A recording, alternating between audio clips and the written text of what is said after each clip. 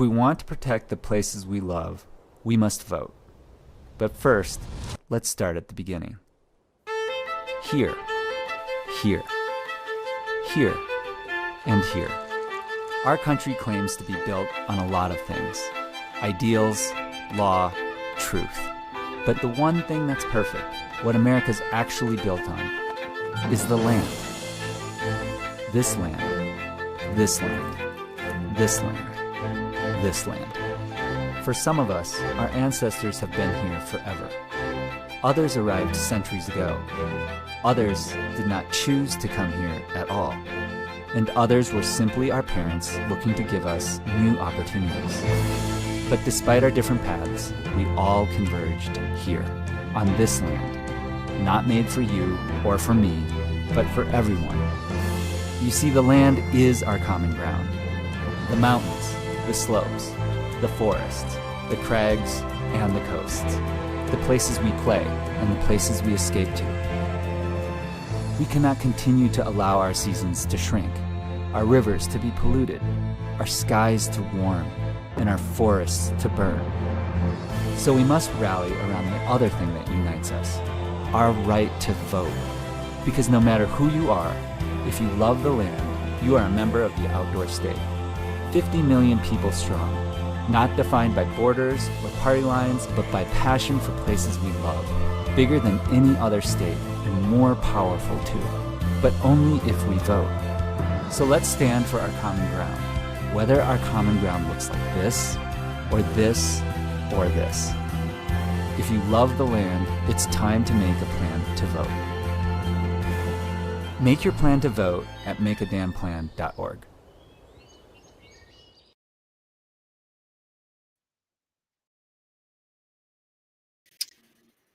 Friends, everyone, welcome to another evening of the Send the State series with Protect Our Winners, and sponsored by Rock and Ice. I'm Graham Zimmerman.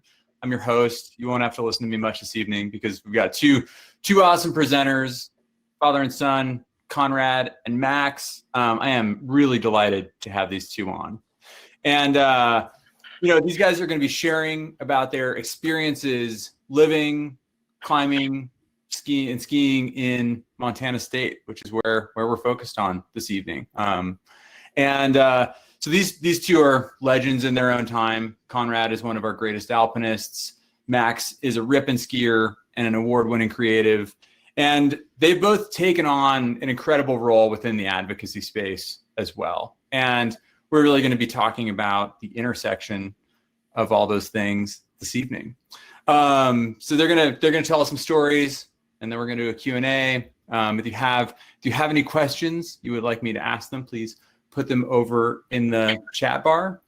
And I think the only other bit of housekeeping is that Rock and Ice is giving away 2 subscriptions this evening, which you get entered in just by being here. So that's kind of sweet. And with that, Conrad and Max, I'm going to kick it off to you guys for some storytelling. I'm really looking forward to this. Yeah. Yeah, pleasure to be here, and super honored to be representing Montana with POW. And I guess we can go ahead and kick this thing off, Dad. Start talking our story and.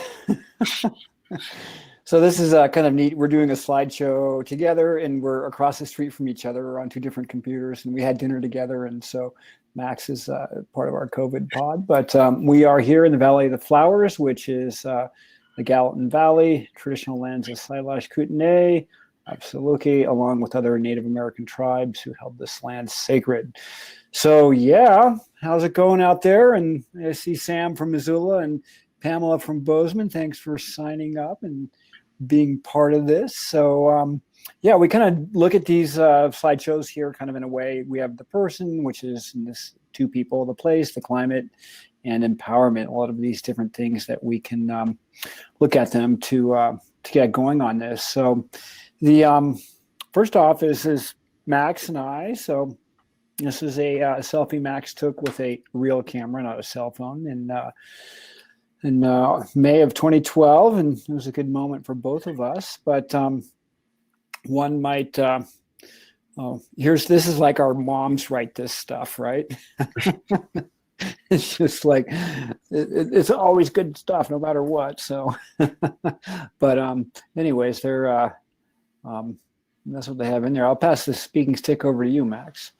Yeah, and I'm just gonna go back since I can control the slides here. Also. Yeah, we can take turns. Max edited out the cat pictures just so the team knows here, just so we're not having any good cat pictures. But yeah. We let you take the first pass, Dad, but I had to take some get privilege on the photo editing front. But yeah, I mean, you probably have, most of you have heard of my dad, Conrad. He's a world-renowned mountaineer and one of much more clout than I am in my sphere. And this photo was taken in a moment where I felt really lucky to be a part of his story and his life after he successfully summited Everest without oxygen. And on an expedition for National Geographic that I was on as one of the first big jobs of my career as a photographer. And to grow up and be able to live in the world that your parents have built for you in a lot of ways is a huge gift. I mean, to grow up with a dad who was a climber and a mom who was an artist, and then have Conrad come into our lives and bring his whole sphere of experience and perspective on the world was a huge gift. And we'll talk a little bit more about our family story here going forward. But yeah, I think place has defined both of us in a lot of different ways. And Dad, maybe you can talk a little bit about Bozeman and how it's defined you since you've moved here. Yeah, thanks, Max. So yeah, they're the story that we're kind of sharing in a very condensed version this evening is part of Max's full-length film Torn, which is due to come out next September. So you'll have a more in-depth. We're kind of just going over a superficial thing here, but this is up in Highlight Canyon. So there's reliably good ice climbing that forms here. It's on the east side of the divide. It drains north, so it's a cold canyon, and the geology just works with the hydrology so that every winter ice climbing forms up. And it's been a place where I've enjoyed climbing. It was my first introduction into Montana, was coming up here and climbing with Alex back when the road was dirt and before it was plowed and before there were trails and before there were guidebooks and all that stuff. So it had a kind of a remote feel. And ice climbing is this sort of subset of regular climbing, but it's helpful and it trains you what you need to do in the bigger mountains. But it's also just, it doesn't matter if you have a wet or a dry season, you'll always have ice providing it's cold. So in terms of a barometer of climate change, it's just a really good measure of that. And some of the things I think about is, well, there's Alex. We'll do the family thing. I'll pass it over to you, Max. But the length of the ice climbing season, so from 1981 to 1995, I lived in Salt Lake City, Utah. And in the 80s, the ice season would go Thanksgiving to Easter. And now it's comes in a little bit after Christmas. And if there's a Chinook, that is a warm wind that comes through, it can all fall off. And so it's not to say every winter is going to be warmer, but overall, on average, they are warmer. And we're seeing more dramatic temperature swings. And so it can be really cold and then really hot. So if we're experiencing exceptional cold here in the Rocky Mountains, there's a good chance that it's exceptionally warm up in places like Fairbanks. So a little climate background on that. And Max, off to you on this next picture. Yeah, this is a picture of Alex Lowe, my biological father. Conrad's my stepdad. And Alex was born, was he born in Montana? Or did they move here after he was born? Yeah, I think he was born in Delaware, and then, but it is Jim. His father was an entomologist at the University of Montana, studying beetles and pine forests. Yeah, so their family moved to Montana and made this their home. And, this is Alex out camping somewhere in the backcountry in Montana with his family when he was a kid. And this is my mom, Jennifer Lowanker, who's now married to Conrad. And, she grew up in Missoula as well, and obviously was getting after it and out in some of these extreme environments before a lot of women were out there, kind of leading as an example.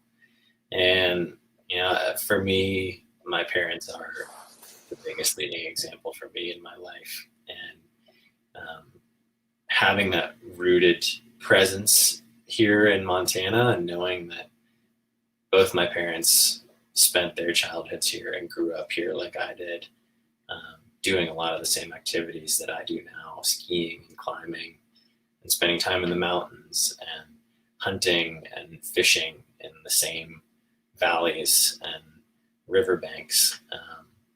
It's something that not everybody experiences in life.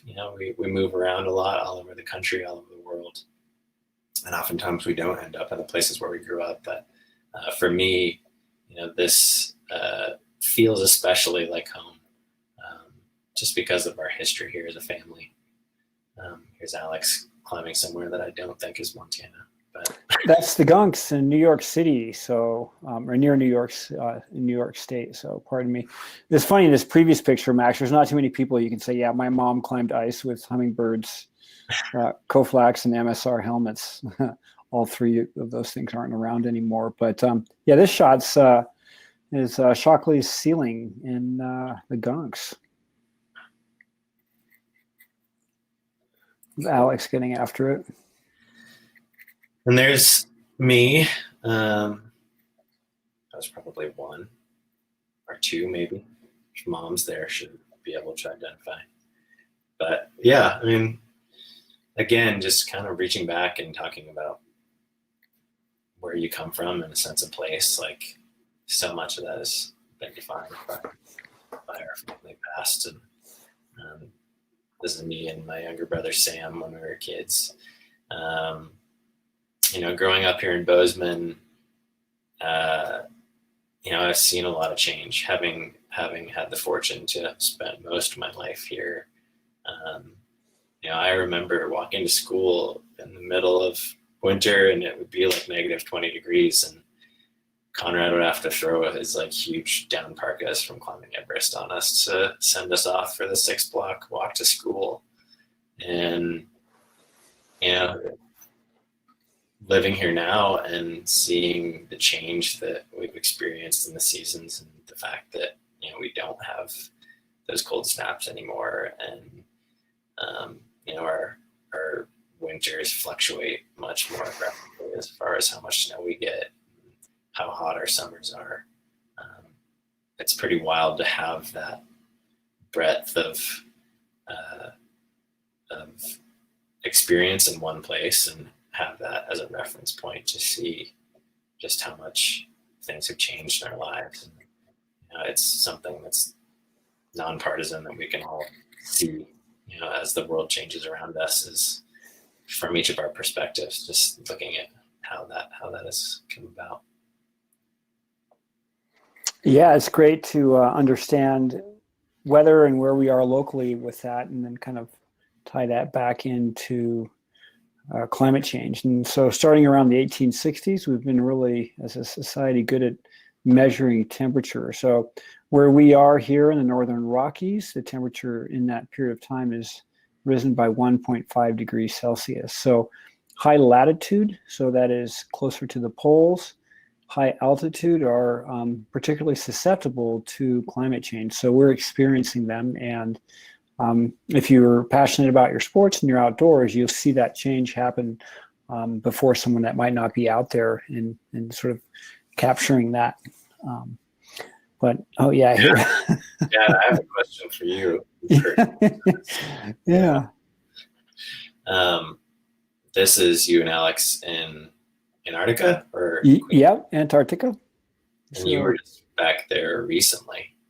Yeah, so 2017 returned to this mountain range, and we had a good time there. And it Curious was to hear your perspective on what changed in that time, or there's spending yeah, a lot of time in different places. yeah, great question. A lot of people ask, well, have you seen climate change? One of the ways we do it is historical repeat photography. So Vittorio Sella was hired by the Duke of Abruzzi to take photographs of places in Alaska and then also the Himalayas. And those were the first images. So Kanchenjunga, Janu were on those, along with peaks in the Karakoram. And so when we see those images that were taken 120 years ago and compare them to now, we can see the effect of a warming climate on the glaciers, that they're shrinking and they're a lot less. But where we are in Antarctica, if I was there for 3 weeks in 1997 and again for 2 weeks in 2017, that 30-year time jump there's really not much that to the untrained eye. We did dig a few snow pits 2 meters deep, so we could look at annual layers with that. But unless you're a trained science and you know exactly what you're looking for, it's mostly anecdotal evidence that we see in there. And part of that is with alpinists and ski mountaineers is that after you go do something, you document it and you share it, and then you see what it's like, and they're there with and so future generations just sort of come and take a look at it. And there's pretty much throughout the Himalayas, the Firn line on glaciers has moved up 3,000 feet, 1,000 meters since the 1980s. And so that's where above this line, glaciers accumulate, and then below it, they disappear and melt away, and they're in a recession. And that line of equilibrium is moving upward in elevation. Gotcha. So, but why do I get involved in climate? Well, it's because of the family. That's always the fun thing. So that Especially like Sam's future faces. Yeah.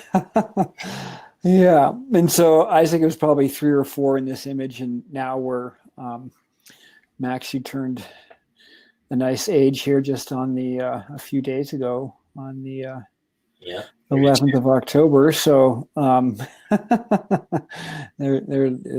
things have moved on with that. But anyways, always joking around with this. But we traveled.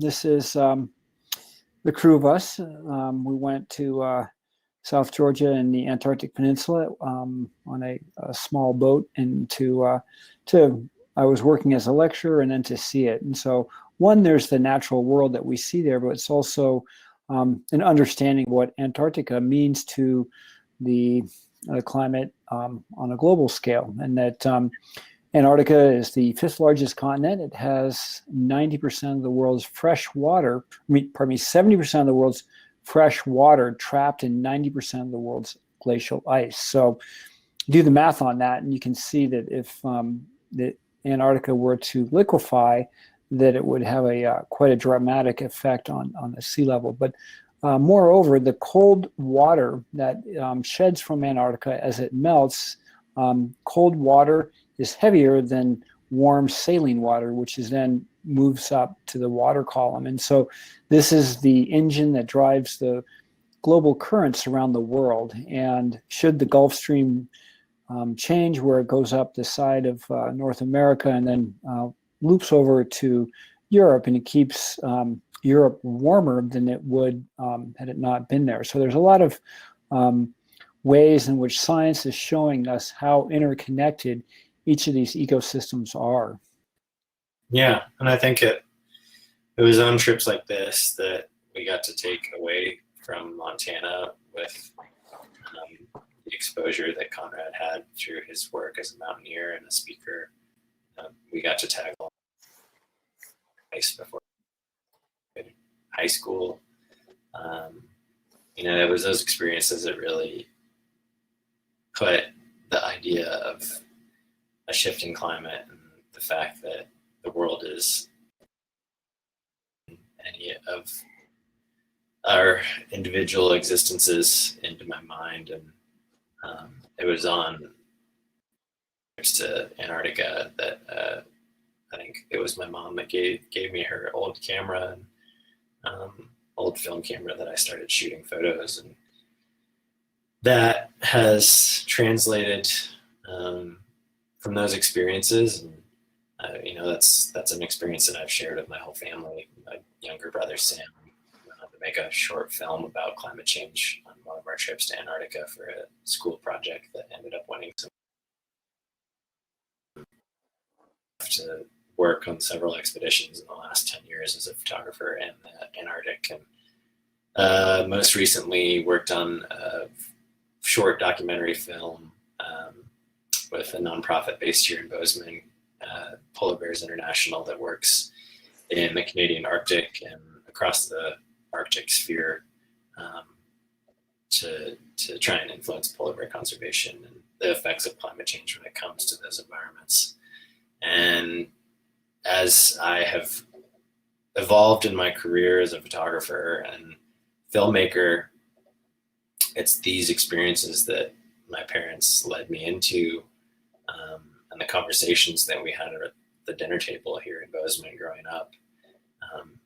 The things that we saw in our own backyard, and combining those things with these conversations in a global capacity, like that's what's inspired me to continue on as a storyteller. And honestly, it's the thing that I want to try and focus on the most, things that will hopefully impact our planet as a whole in a more positive sense. I mean, I just finished watching the new David Attenborough doc on Netflix, which is great. I would recommend it to everybody. But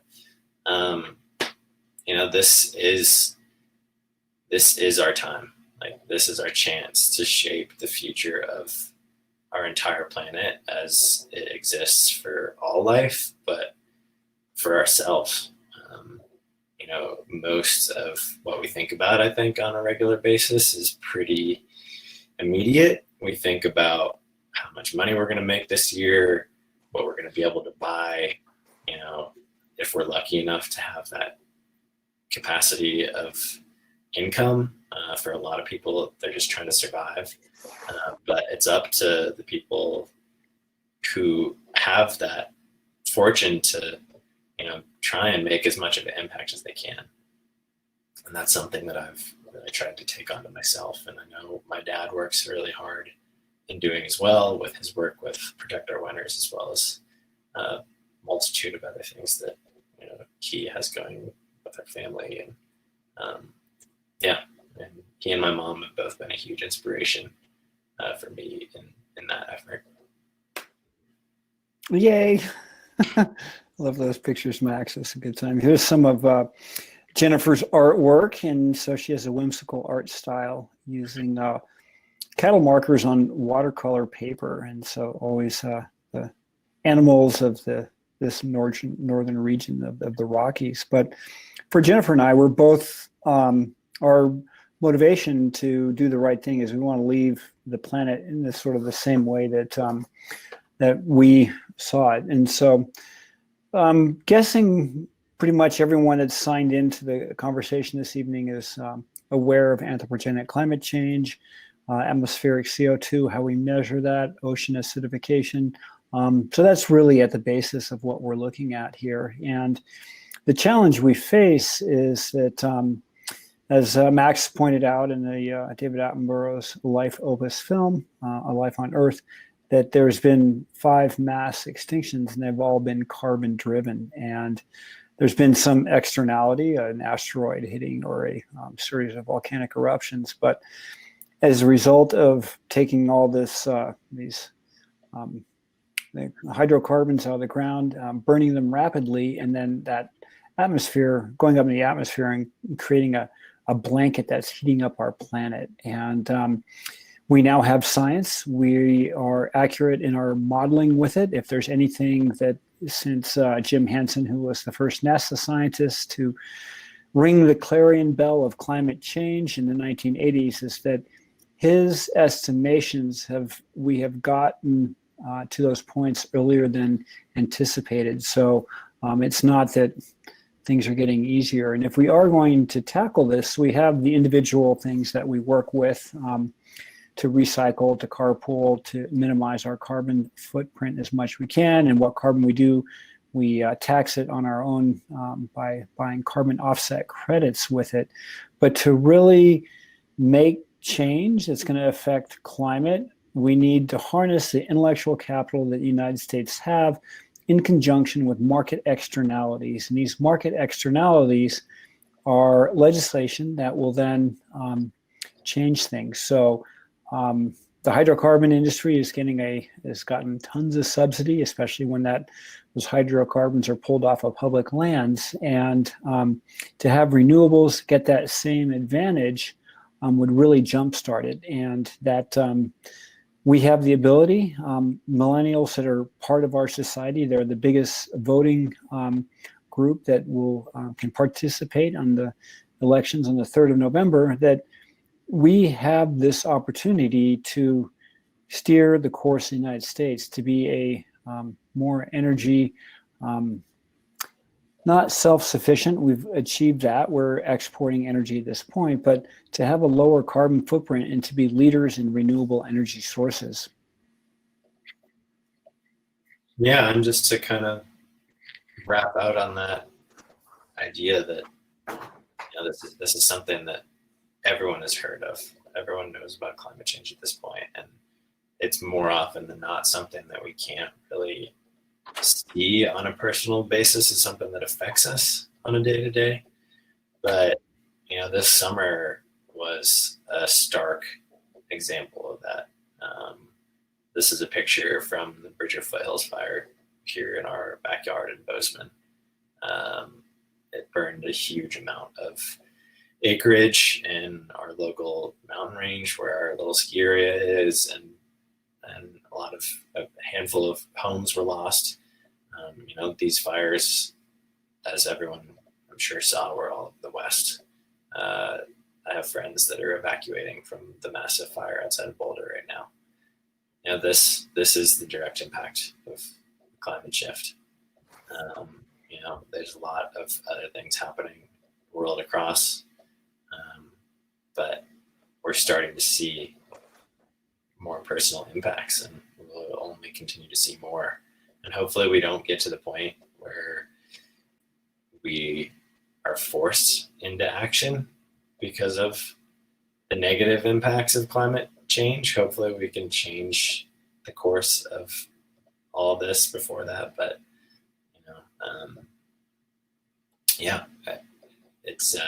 it's definitely a motivator. We want to have long winters and more snow to ski on, and longer ice climbing seasons, and lovely lush summers. And it's the land that we play on is in direct need of our attention as it pertains to voting to make sure that America is a player in making sure that future is one that is a reality. Yeah, there we go. Looks like Bob giving us all sorts of great data coming in here. So it's an important part of this. But one of the things that we're encouraging everyone to do is to vote. We're not endorsing one political candidate or the other. We ask that you look at the candidates and see what their stance is on renewable energy and climate change, and that if that is something that's important to you, that you then participate with that. So the outdoor state, we're 50 million plus people that enjoy the outdoors, and my guess is this data point is pre-COVID. There's been more people getting outdoors. September was the busiest month for Yellowstone National Park. So there's an indication of that. But by the same measure, there was 16.9 million people that were registered to vote but didn't show up in 2016. And so when the election was narrow like it was, and it was decided by 80,000 votes in a few states due to the machinations of the Electoral College. It was, even though the popular vote was 3 million more people for Hillary Clinton, it sort of, we're like, wow, this is a little bit different. So all of us that are participating in this, we want to get out there, and that's one of the beautiful things of Protect Our Winners, is that we're encouraging all of you that are in the 18 to 30 year age set, 35, youngsters, so to say, millennials, that we give you the tools, the permission, the responsibility, and the credibility to talk about climate change, which is why we're all here today.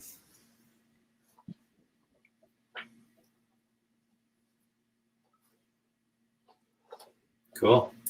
Yeah, and get out and vote. Stand up and take a stand to protect these awesome places that we get to play. And whether you're going on crazy expeditions like my dad, or just going on a vacation to Yellowstone with your family, or Glacier, or any of the other amazing public lands that we have access to in Montana and the country across, like, now's our time to stand and make sure that we get to keep playing for generations to come. Yeah, that's a great way of thinking about that and looking at it. So, but yeah, we'll. Do we have any questions out there in viewer land? I can jump in here. Oh, hey, Graham. Yeah. I've been hiding out here in the I back. didn't see you there, Graham. I wish I was just across the street, so come over and hang out after this. But unfortunately, I'm hundreds of miles away. That was really special, you guys. For me, the idea of kind of expanding the time that we're looking at. I just read a book called Timefulness or Timelessness, which is all about how geologic perspective can be very helpful in how we look at policy and how we look at the earth around us. And talking to you guys, thinking about not just my 30 years, but all the time that you, as two generations of the same family, represent is a really special way to kind of expand how we think about our relationship with space and how our relationship with climate. So these stories are ultra special.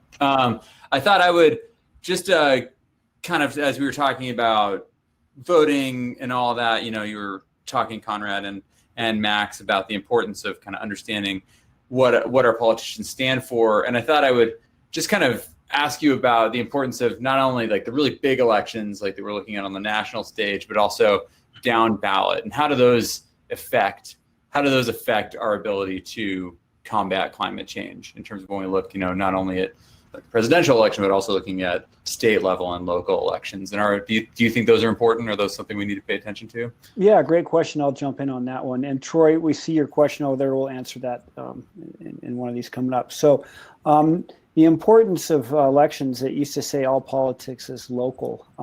It seems now we're just sort of, we get this tidal wave, 12 hours a day of news coming from the federal level, and it kind of drowns out what we have here. But everyone from your state legislature up to the governor's office in the state you live in is really important. For example, here in Montana, the Public Service Commission, which is a 5-member board that oversees Northwest Energy and their rate and how they meter and a lot of these things that really affect the consumers and also the climate. And this is an example where having a representative on the board that is not all 5 of them are onto the same page, and not all 5 of them want to do what the energy company is doing them. So for things like net metering, retiring existing coal plants, a lot of these challenges that we have there. So voting is our responsibility, and keep in mind that there are people that have offered their lives for this ability to vote. And if you take it like, oh, it's no big deal, and it's not my responsibility, someone else is going to do it, or by not voting, I'm voting. Hello, it's 2020. Things aren't the same. We've got to get in there and make change. Yep. It's maybe literally the least that you can do, and one of the easiest things that you can do. Something else I wanted to ask you is, voting is this kind of singular thing that we're focused on, but I think it's gonna be really important that we utilize voting not as like the end of our little journey right now with climate, but as a jumping off point where we can continue to dive into the policy that is affecting our climate and how that relates to us, both in terms of how it affects us, but how we can affect it. And can you share with me just one more action that you're going to take in 2020 to affect positive change? Max, you get to go first. Positive action. Yeah, I mean, I feel like this year more than any other year that I've been engaged in policies and politics of our country and our state, I've probably done the most public outreach that I've ever done. But I think that, I, as a storyteller, I'm trying to put my focus on telling stories that hopefully land with people, maybe change perspectives on things. Coming back to the David Attenborough film I just watched, it's like, if you can make someone feel something, that is the start on how to change someone's mind. Most of the stuff we're hearing right now around the election is just toxic and is divisive and isn't really bringing much good in the world. Everyone is just trying to make their way, and whether you're Republican or Democrat, it's all really the same. But I think the one thing that we can come together on is, we want to have the best for our country and for our planet as a whole, because this is where we all live. So I think for myself personally, just trying to work on projects that highlight the fact that we are more unified in things like climate change and bettering our planet for the future, or social issues like diversity in the outdoors and social justice. Yeah. So for you to get involved out there in Viewerland, participate. So if there's a travel management plan that is in your Forest Service, put a comment in there. Write letters to your elected officials. If your elected officials are the type that have town halls, they're limited now due to COVID, but be part of that. Participate in democracy, write letters to your local newspaper, let your voice be heard, because if you're not out there and they don't hear you, they're not going to listen to you because you haven't made your voice heard. So yes, voting is the end goal on this, but it's just the start of this climate awareness movement we're all working towards. I think one important thing to add there is that our community, the outdoor state, our track record with voting is not that great, and I would guess that our track record with letting our voices be heard, in the halls of government by calling our reps and things like that is even worse. So we are a demographic that has traditionally been quiet. That means that we are a demographic that these politicians are trying to figure out. So by showing up, by writing, calling, emailing, whatever, we have a big influence, which is great. Which is like saying if you're climbing or skiing and you want to get better and you train to get better, you have a lot of opportunity. So we have a lot of opportunity within the outdoor state to be more vocal and be more participatory in United States politics. So I'm going to touch real quick on the question from Troy there and diversity in the outdoors. And one is we're looking to increase diversity to have the BIPOC community be represented outdoors. And it's apologies. We have 3 white guys on our Zoom call today talking about white guy sports, which is wintertime stuff like that. But where it affects is that the environmental laws that our nation has, the regulations and how we look at those things, they adversely affect low income and communities of color. And so an example is Cancer Alley, which is the Mississippi River. It's the border of Mississippi and Alabama, and the chemical refinery plants in there have been given a reprieve from EPA legislation, and that is they're allowed to pollute more. It's going to affect the communities that are there. So our goal is to see that we all need a clean planet to live on and a sustainable, healthy planet, and that we can expand out to that. So I appreciate your question, Troy. And it's I think that something we've all had to come to the realization is that climate does not exist on its own. It intersects with all of these things. And if we're going to work on climate, we need to work on social justice. If we're going to work on social justice, we need to work on equity, like economic equity and things like that. So these are all, none of these things exist in a vacuum. We need to be working on all of them together. We need to be becoming more understanding, knowledgeable, compassionate human beings, and we need to be voting. And I think that's about all we've got time for this evening. Is there anything else that you guys want to share?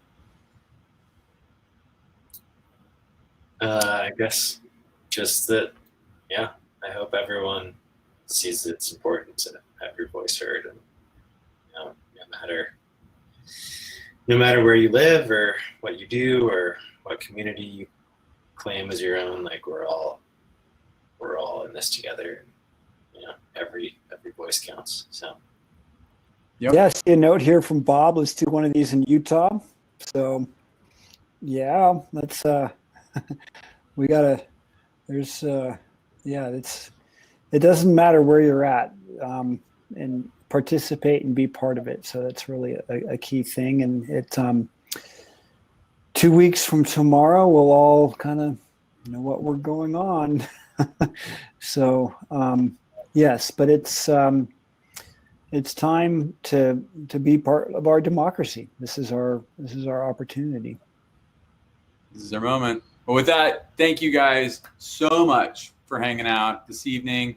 Thank you to POW for giving us the platform. Thank you to Rock and Ice for helping us promote and support. This is really special. You guys are awesome. I appreciate it. Yeah, thanks, Rock and Ice. Thanks, POW. Yeah. All right, with that, I'm gonna count to 3 and we'll turn off our cameras. We're gonna send these guys over to the Mega Dana pool. Good night, friends. Have a great Monday. 3, 2, 1. Started to understand that amplifying our voices and getting people out to vote is the only thing that we can do fast enough to kind of solve these major issues.